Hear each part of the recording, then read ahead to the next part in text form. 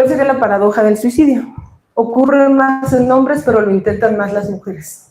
El enfoque de prevención, entonces, nos dice que el suicidio es la muerte por mano propia donde hay evidencia de que hubo una intención explícita de terminar con la vida. Es decir, si yo estoy ebria, me subo al segundo piso, me resbalo porque pues ya perdí los sentidos, me caigo y casi me mato, no me mato, ¿eso será un suicidio? ¿Un intento de suicidio? No, accidente mortal. Puede ser un accidente mortal, ¿no? Pero no es un suicidio. Entonces, aquí por eso la denominación de esta conferencia, que es lo que no se ve, porque muchos años no registramos los suicidios, no sabíamos que era un suicidio. Decíamos, creemos que fue suicidio, y aparte la religión católica, que es la más predominante en México, cuando alguien se sabía que era un suicidio, no lo atendían después, no le hacían pues todos los ritos que se hacen, ¿no? En la religión. Actualmente me parece que ya, pero en ese entonces no. Entonces mucha gente prefería mejor callarse. No sabíamos que era suicidio. Entonces ahora la Organización Mundial de la Salud nos dice, hay una clara intención de terminar con su vida, ¿vale? Segunda causa principal de defunción en el grupo etario de 15 a 29 años. Estos son datos en el mundo. Segunda causa de muerte. 78% de ellos en 2015 ocurrieron en países de ingresos bajos y medianos. ¿México dónde está? Tejupilco, Estado de México, Tejupilco, población aquí, una colonia de Tejupilco, Rincón de López, ingresos bajos y medianos. No quiere decir que así como están estos datos, se van a presentar aquí en nuestras comunidades. Pero fíjense, les voy a practicar un poquito de datos. Al siguiente, por favor. El enfoque de salud pública nos dice que es un compromiso global para centrar la atención en la prevención. O sea, sí hay que detectar cuántos han muerto por suicidio, pero hay que darle mucha fuerza, mucha energía, investigación, documentar en la prevención. Hay que hacer acciones urgentes para atender un problema de salud pública. A ver, los que están durmiendo, sí, pues que están. ¿El suicidio es un problema de salud pública? ¿Por qué? ¿Por la falta de información que hay?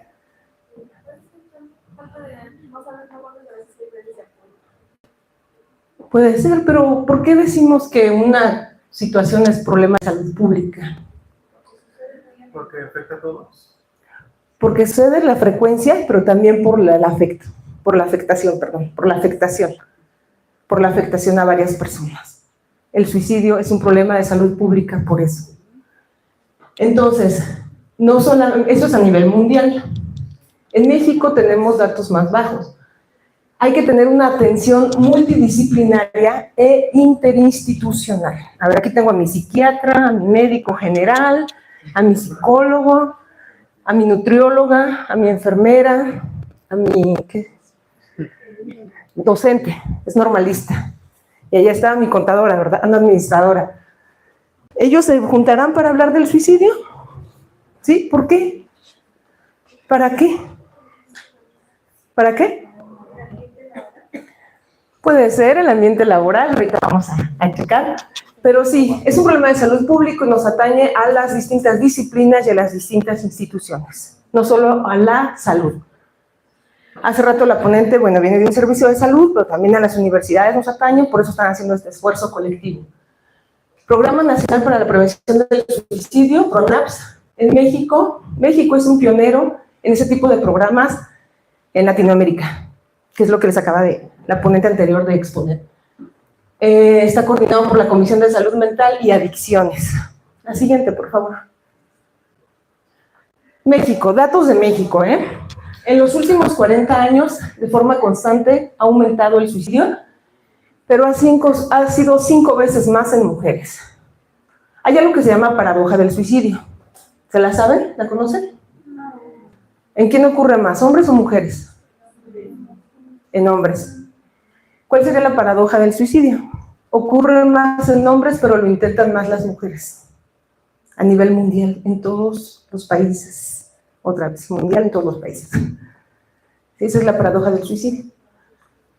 De 1980 al 2010, en jóvenes se incrementó en México en más del 500% para grupos de 10 a 14 años y en 180% para de 15 a 19 años. Ahí está la primera condición que dijeron que es un problema de salud pública, ¿verdad? El aumento en la frecuencia. Fíjense los porcentajes. Ahora se registran más, hay que tener cuidado con eso, ¿no? Porque de repente vemos estos datos y decimos, pues aumentó terrible, ¿no? A lo mejor antes sí había, pero no se registraban. O sea, alguien moría, pero decían, fue un accidente mortal.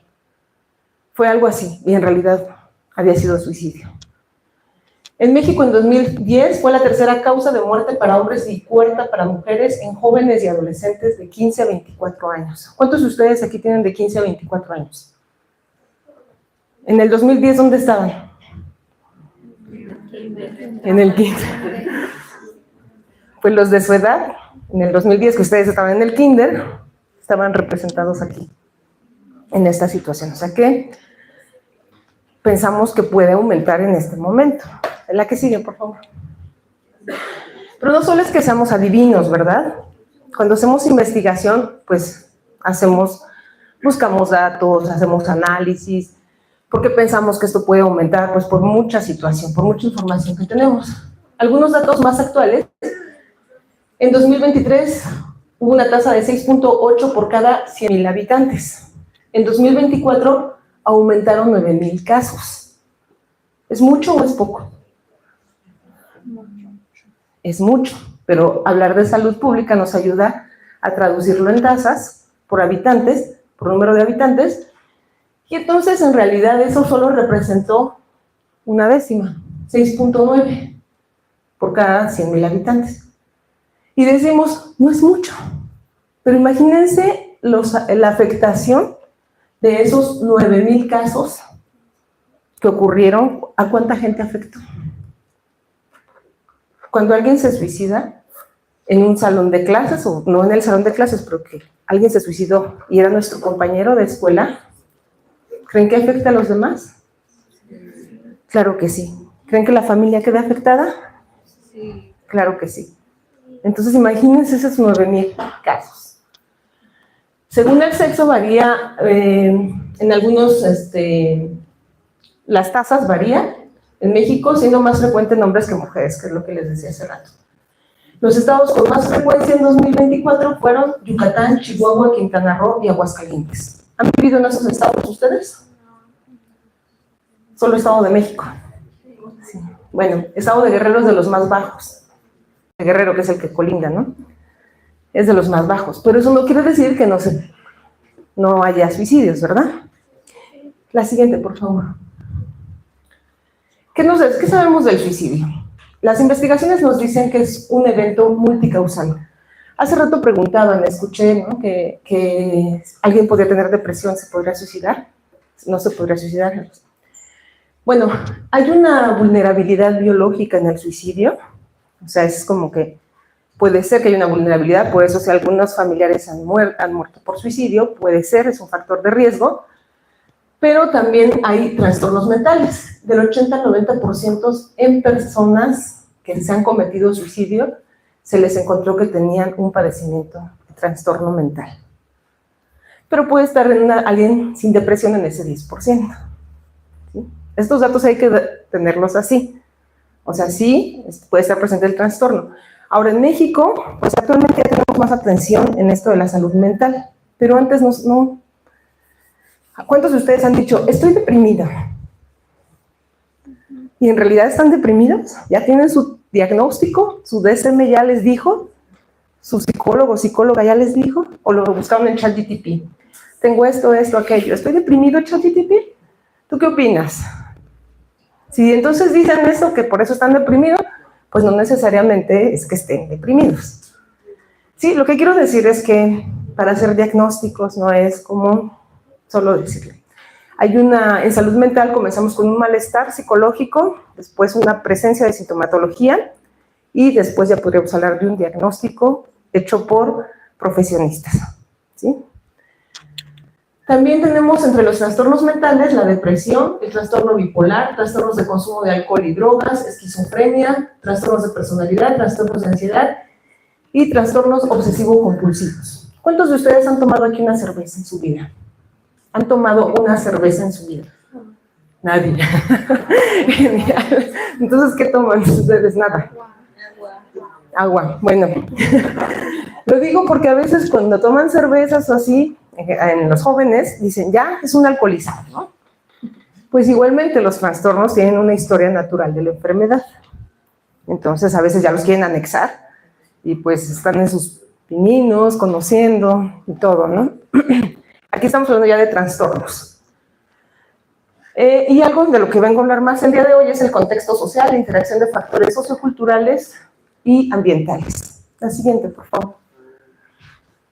La violencia, según la OMS, se puede definir como, bueno, ahorita les paso la definición, pero existe la clasificación. Si se dan cuenta, en la primera parte está autodirigida. Tenemos conducta suicida y tenemos autolesiones, como violencia autodirigida. Las dos tienen etiología diferente, porque muchas veces se tenía el mito de que quien se hacía autolesiones después iba a suicidar. No necesariamente, no es así, pero sí es una violencia hacia sí mismo.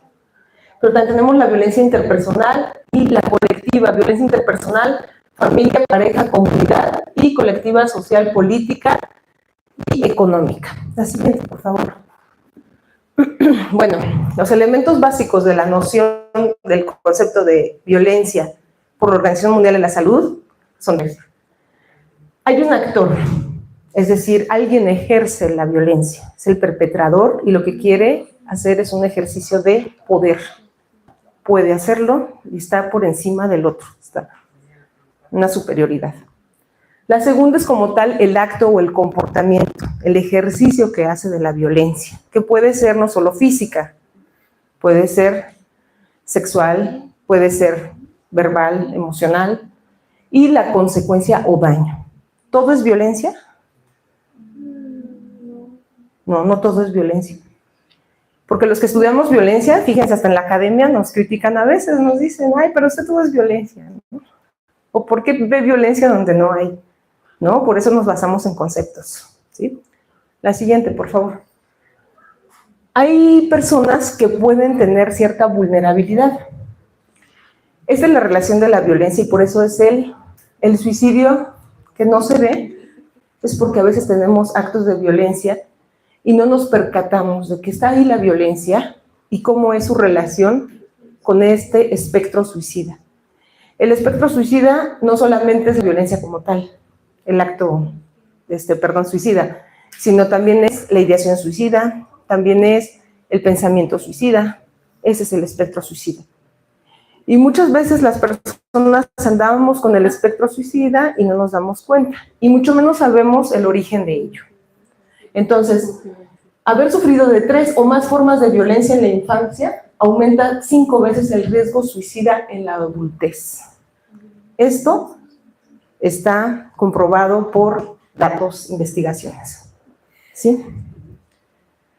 En la infancia, estas formas de violencia no necesariamente hay que ser víctimas directas. Hay una diferencia entre víctimas directas y víctimas indirectas. ¿Y qué creen? Presentan más sintomatología psicológica las víctimas indirectas en comparación a las directas. ¿Por qué? Pues por frecuencia, muchas veces. O sea, no se le hace a la persona directamente, pero lo observa todos los días. Y esto pues va generando como heridas, que a la larga pues llegan a generar pensamientos, intenciones y pues hasta actos. Hay una interacción de violencia en sus distintos tipos. Es decir, no solamente es la violencia autogenerada, sino también es la violencia interpersonal. Aquellas mujeres, también hay datos, que tienen violencia de pareja, también tienen más frecuencia en pensamientos suicidas, en estos de espectro suicida, ¿no? Decimos, son mujeres, no se van a suicidar porque pues se suicidan más los hombres. Pero la paradoja del suicidio, dijimos, lo intentan más las mujeres. Bueno, no sé si las dudas se pueden hacer ahorita. Sí, sí. No, adelante. Es que yo le iba a preguntar, yo me quedé con eso precisamente.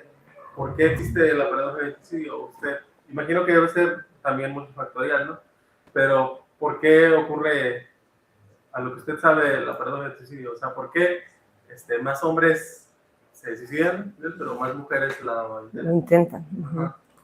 Bueno, Sí. yo le podría contestar tal vez, porque Sí. dicen que los hombres son más como agresivos en la forma de que lo hacen más duro, y las mujeres somos más como miedosas. O sea, lo hacemos, pero no tan trágico como ellos. O sea, somos más como hasta cuidadosas en ese aspecto del suicidio. O sea, puede que lo veamos como con pastillas y los hombres no, los hombres lo pueden hacer de una forma más dura, no sé, fuerte. Letal. No sé cómo decía, ajá. Son algunas explicaciones, digamos Bueno, yo que en algún sí. momento lo vi como en una tipo de explicación, algo así, que decía que los hombres lo hacen más como feroz, no sé, y las mujeres somos más como miedosas en ese aspecto. Pero, o sea, lo hacen, igual lo hacen. Igual. Bueno, ahorita voy a hablar de este otro enfoque que necesitamos para entender toda esta situación, que es el enfoque de género. Porque por sexo podríamos decir, los hombres, como tienen más presencia de cierta hormona, podrían ser más impulsivos y por lo tanto utilizar medios más letales, como es esta explicación, y las mujeres no. Pero eso tiene que ver con muchas situaciones de cómo las mujeres y los hombres nos vamos desenvolviendo en nuestros medios culturales. De hecho, por ejemplo, aquí en la región, pues uno de los métodos más comunes, pues son las pastillas de maíz que les conocemos, ¿no? Que son productos agroquímicos, pero hay acceso. ¿Cuántos de ustedes tienen en su casa pastillas de maíz? Claro, no las tienen para atentar contra su vida, sino que están accesibles. Algo de género es que, por ejemplo, los hombres tienen más acceso a armas, ¿no? Por una cuestión de género. No hay una explicación, no hay una correlación todavía, hay muchas investigaciones y por eso dicen, es increíble porque, bueno, no es increíble, hay explicaciones, pero es en todo el mundo, no solo en México, ¿no? Entonces tiene que ver con muchas cuestiones que todavía se están replanteando y que no es la única, esa es una explicación, pero hay varias y todavía seguimos pues investigando, ¿no? Y por qué en algunos lugares, además la pastilla del maíz, aquí en la comunidad ha pasado que las mujeres no se la introducen vía oral, se la han introducido en otras partes de su cuerpo, representativas, significativas en la feminidad. Y eso por supuesto que es algo de género, ¿no? O sea, se tiene que entender así. Entonces, hay muchas cosas que pues, en investigación tenemos que ir contemplando y que nos van diciendo cómo en cada región hay factores socioculturales que nos van diciendo quién es más vulnerable a cometer esto o a tener el espectro suicida, porque también alguien que continuamente está pensando en eso, pues imagínense el malestar psicológico que tiene, ¿no? Platíquenos acá. ¿Nos quieren platicar algo? Bueno, entonces hay interacción de violencia de distintos tipos, es decir, si una mujer se porta mal, por ejemplo, es castigada. Un hombre se porta mal y a veces es premiado, ¿no? Portarse mal, los pongo así entre comillas, lo que significa culturalmente aquí en la región es pues andar con otras personas, ¿no? En relaciones exmaritales o no del noviazgo. Principalmente en población infantojuvenil y en mujeres se ha encontrado una alta vulnerabilidad, ¿sí? A nivel mundial, pero en México es lo que hemos visto también más. La siguiente, por favor. ¿Qué podemos hacer entre pares? Fíjense, esto yo lo quise plantear así en esta charla, porque a veces decimos, vamos a prevenir el suicidio. Ay, pero no puedo porque no soy psicólogo todavía. Vete con la psicóloga, ¿no? A veces como docentes nos dicen, en tutorías donde yo estoy como trabajando más, nos dicen, yo no puedo hacer nada porque yo no soy psicóloga. Usted sí. Bueno, yo no puedo escuchar a todos mis alumnos, pero sí puedo detectar esas llamadas de auxilio a través de la escucha, a través de la observación. Y ustedes, como no son amigos, amigas, compañeros, compañeras, vecinos, vecinas, también las pueden observar, también las pueden escuchar. Son llamadas de auxilio. Se puede hacer mucho, sí se puede hacer mucho desde la prevención. Yo vengo a decirles hoy que creo que lo más fuerte que tenemos que trabajar, y no necesitamos ser psicólogos, psicólogas, pero sí es indispensable, cuando tenemos un título de licenciado en psicología, es quitar estigmatización. El suicida. En lugar de decir el héroe, decimos el suicida. El hijo del que se suicida. La mamá del joven que se mató. ¿Ven? O sea, estamos estigmatizando y todo lo que eso representa. Es primero reconocer este espectro suicida. Cuando alguien dice, ay, quisiera morirme. Ay, estás loco. ¿Qué te pasa? Pero si nosotros nos compartimos con ellos la vida, eso va a ayudarle más, ¿no creen? Hay personas que realmente te dicen muchas veces que ya no quieren vivir. Cuando empiezan a decir, estoy cansado, ya no puedo más, ya me cansé. Es mucho en la escuela, es mucho en la casa. Prendo el noticiero, terrible. Bueno, pero me la paso viendo TikToks que me van diciendo que la vida es terrible, ¿no? También. Entonces, esas cosas tienen que ver con el espectro suicida. ¿Qué podemos hacer con nosotros mismos? Tener información, primero. ¿Qué información tengo? Ya vi, tengo todos los síntomas para suicidarme. ¿De dónde los sacaste? Es que yo soy vulnerable, soy mujer y soy joven. Espérate, no todos, porque eres mujer y eres joven. Liberarse de los estigmas, hablar de las dificultades. Dice la doctora Catalina Fortensa, que es una pionera aquí del estudio de suicidio en México, si les preguntas, te van a responder. Pero si nunca les preguntas, nunca vas a saber cómo se siente la persona. Hay que hablar de lo que nos hace sentir mal también, no solo de lo que queremos decir. Pasamos, ¿cómo te sientes hoy? Bien. ¿Cómo estás hoy? Bien. Hay que buscar a nuestras personas favoritas y decirles, ¿sabes qué? Hoy no me siento bien. Hoy me fue terrible. Hoy me faltó solamente que pasara alguien y me pateara accidentalmente, ¿no? O sea, hay que hablar de nuestras dificultades. Hay que hablar de nuestro malestar emocional. Y en la medida de lo posible, reconocer cuando ya nos han rebasado y hablar con profesionistas. Los profesionistas nos van a mandar también con el profesionista adecuado. En mi caso, yo sí en algunos momentos he interactuado con psicólogos institucionales y charlado con madres de familia y decir, ¿sabe qué? Requiere de atención psiquiátrica.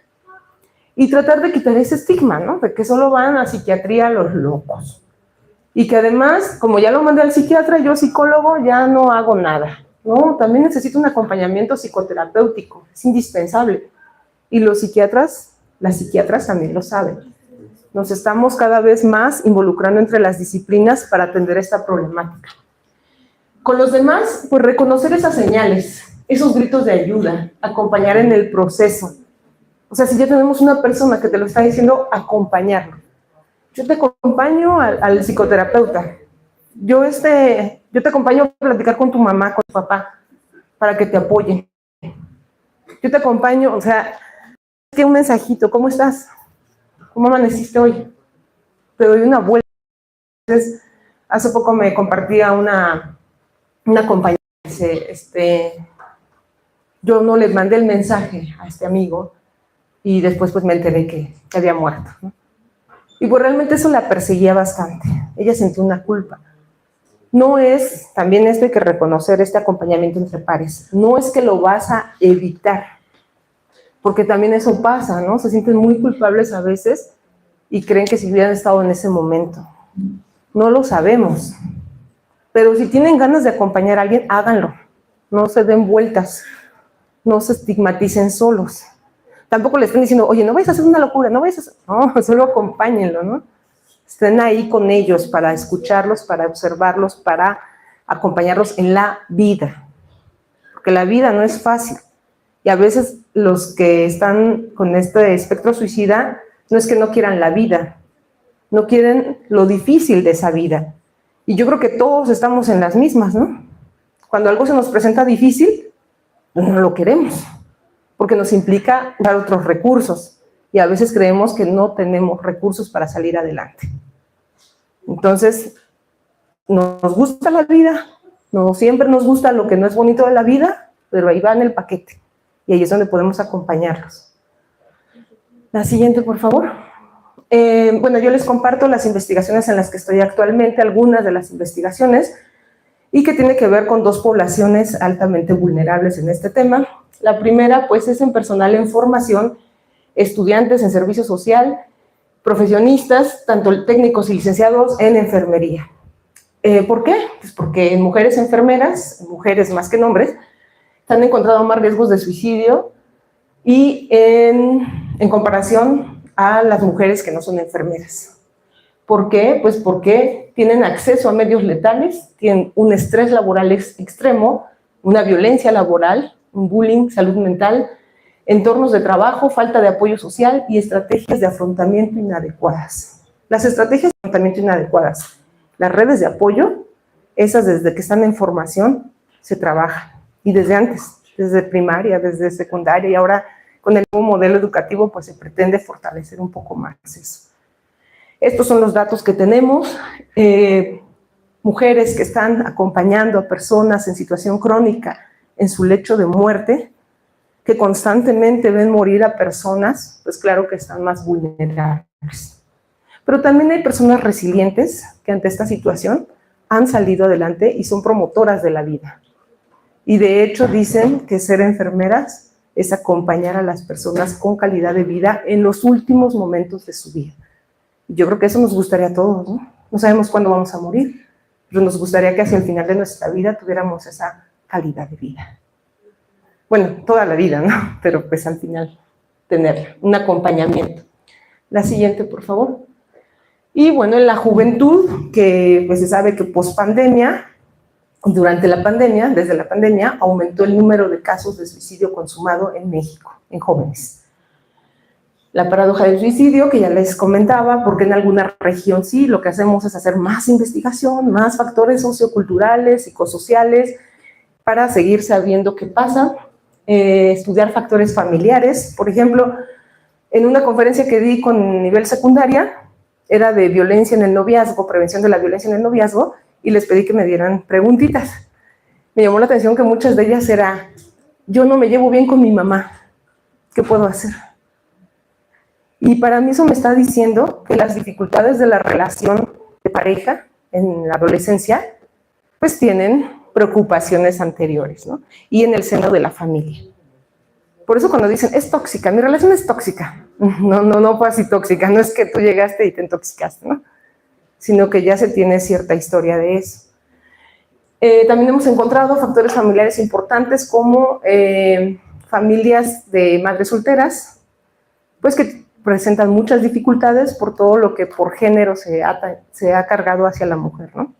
Mantener la familia, no volverse a casar, atender al hijo, trabajar, obviamente ya lo dije, estar bien con la familia extensa y no vivir con la familia extensa.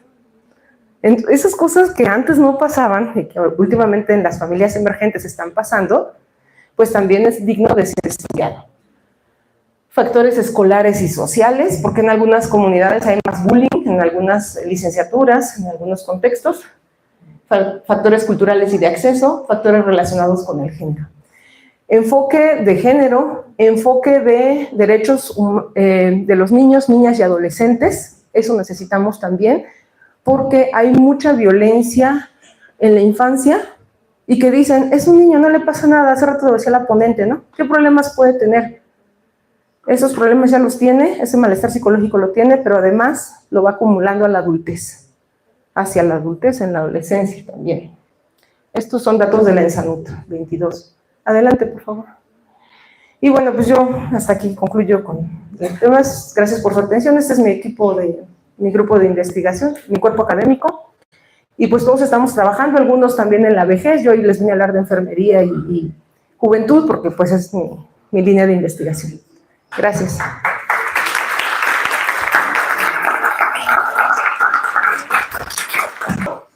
Usted menciona que ha hecho muchas investigaciones, ¿no? al respecto.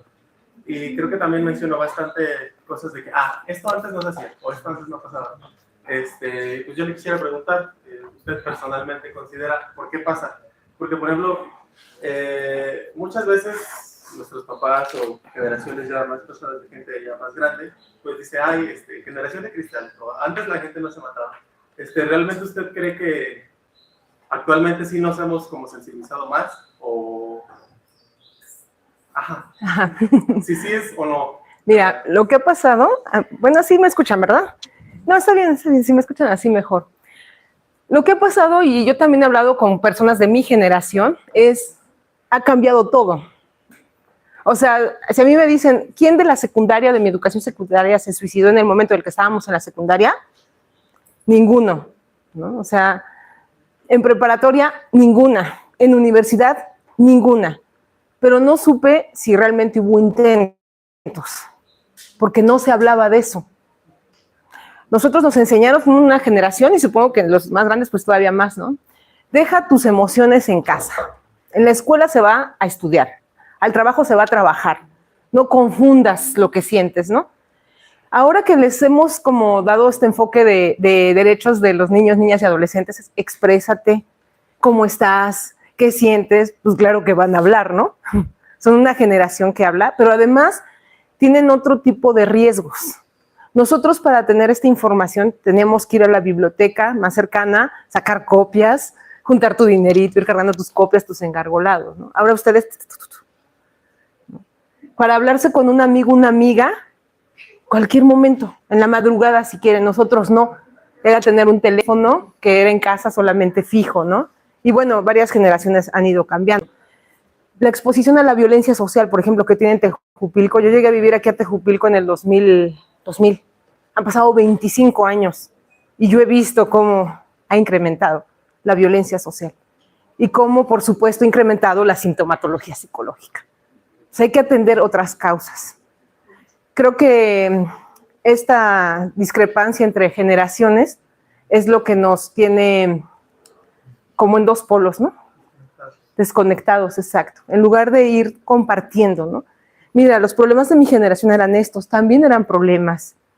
También había personas que intentaban, pero no tenían tanto acceso, por ejemplo, a armas como ahora se tiene, ¿no? O algunos medios que también se tienen. O alguna información errónea, porque no solamente el internet nos da buena información, también nos dice cosas como estos clubs que hay como de suicida, ¿no? Los clubs de suicida. Entonces sí hay como ciertas situaciones, hay comunidades que tienen más riesgo de violencia y más suicidio consumado. Yo creo que tanto como decir, ay, como ya es generación de cristal, ahora sí pasa. No.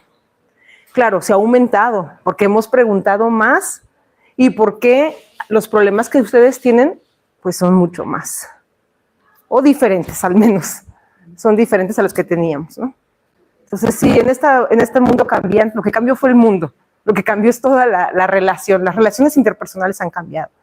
Entonces, pues las consecuencias también de eso ahí están presentes. Bueno, gracias por la pregunta. ¿Alguien más? Ahí está mi ORCID y mi correo electrónico por si quieren contactarme para investigaciones o para asesorías, lo que gusten. Pues ahí estoy.